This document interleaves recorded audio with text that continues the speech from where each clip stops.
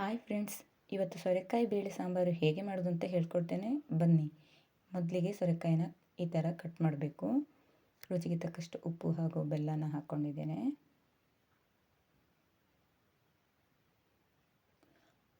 ಈಗ ಇಲ್ಲಿ ಸ್ವಲ್ಪ ನೀರು ಹಾಕ್ಕೊಳ್ಬೇಕು ಬೇಯುವಾಗ.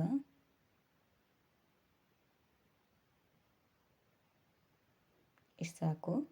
ಇವಾಗ ಕುಕ್ಕರ್ ಮುಚ್ಚಳ ಮುಚ್ಚಿ ಸೀಟಿ ಹಾಕ್ಕೊಳ್ತಾ ಇದ್ದೇನೆ.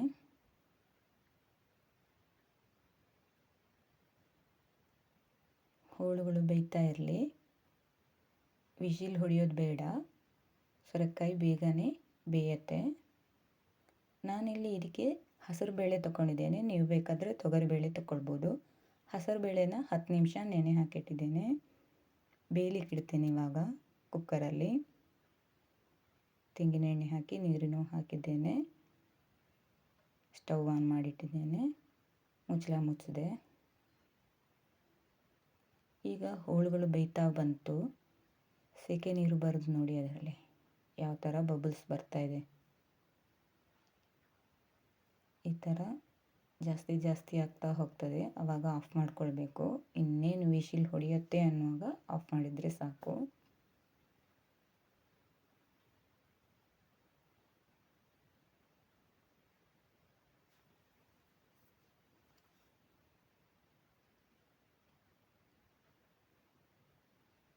ಸಾಕು, ಇವಾಗ ಆಫ್ ಮಾಡ್ತೇನೆ. ಕುಕ್ಕರ್ ತಣ್ಣಗಾಗ್ತಾ ಇದೆ. ಪಾತ್ರಕ್ಕೆ ಹಾಕ್ಕೊಂಡೆ ಹೋಳನ್ನ. ಈಗ ಬೇಳೆನೂ ಬೆಂದಿದೆ, ಅದನ್ನು ಹಾಕ್ಕೊಳ್ತೇನೆ ಅದಕ್ಕೆ.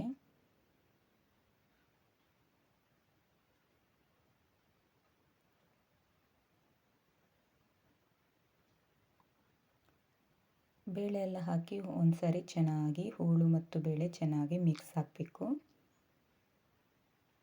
ಆಮೇಲೆ ಬೇಕಾದರೆ ನೀರು ಹಾಕ್ಕೊಳ್ಬೋದು.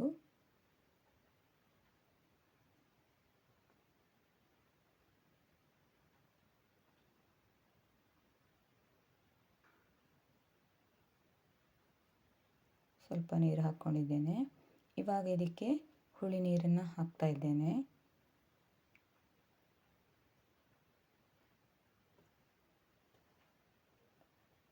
ಹುಳಿ ನೀರು ಹಾಕಿ ಚೆನ್ನಾಗಿ ಮಿಕ್ಸ್ ಮಾಡಬೇಕು.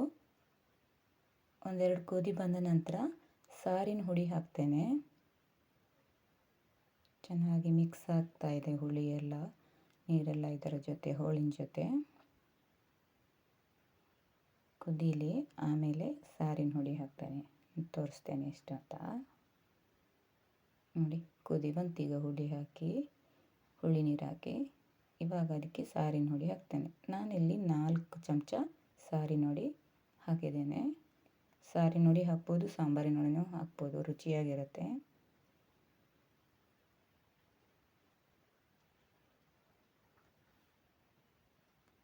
ಸಾರಿನ ಹುಡಿ ಹಾಕಿದ ನಂತರ ಚೆನ್ನಾಗಿ ಮಿಕ್ಸ್ ಹಾಕಬೇಕು.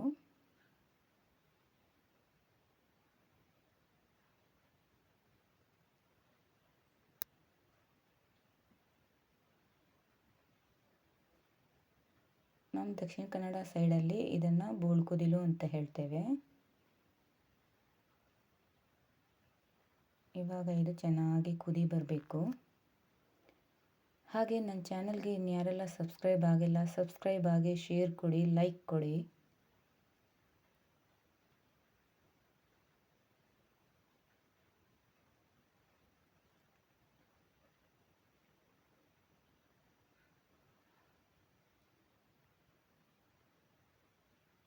ರುಚಿಗೆ ತಕ್ಕಷ್ಟು ಪುನಃ ನನಗಿಲ್ಲಿ ಬೇಕು ಉಪ್ಪು, ಹಾಗಾಗಿ ಇನ್ನೊಂಚೂರು ಉಪ್ಪು ಮತ್ತು ಬೆಲ್ಲನ ಹಾಕ್ಕೊಳ್ತಾ ಇದ್ದೇನೆ. ಉಪ್ಪು ಮತ್ತು ಬೆಲ್ಲ ಹಾಕಿದ ತಕ್ಷಣ ಅದನ್ನು ಮಿಕ್ಸ್ ಮಾಡಿಕೊಳ್ಬೇಕು. ಇಲ್ಲಾಂದರೆ ಬೇಳೆ ಎಲ್ಲ ಅಡಿಯಲ್ಲಿ ಕೂತಿರುತ್ತೆ, ತಳ ಹಿಡಿಯುತ್ತೆ.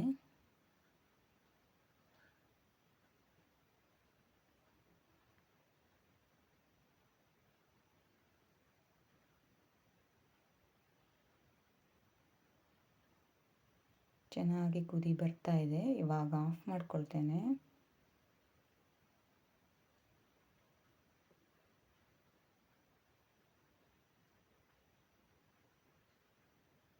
ಆಗ್ತಾ ಬಂತು ನೋಡಿ, ಕುದಿ ಬರ್ತಾ ಇದೆ ಸ್ವಲ್ಪ ಸ್ವಲ್ಪನೇ.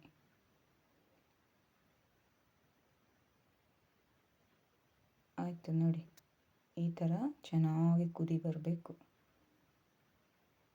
ನಾನಿಲ್ಲಿ ಒಗ್ಗರಣೆಗೆ ಸಾಸಿವೆ ಮತ್ತು ಒಣಮೆಣಸು ಹಾಕಿ ಒಗ್ಗರಣೆ ಕೊಟ್ಟಿದ್ದೇನೆ. ಬೆಳ್ಳುಳ್ಳಿಯನ್ನು ಕೊಟ್ಟಿದ್ದೇನೆ. ರುಚಿ ರುಚಿಯಾದ ಸೋರೆಕಾಯಿ ಬೇಳೆ ಸಾಂಬಾರು ಸಿದ್ಧವಾಗಿದೆ.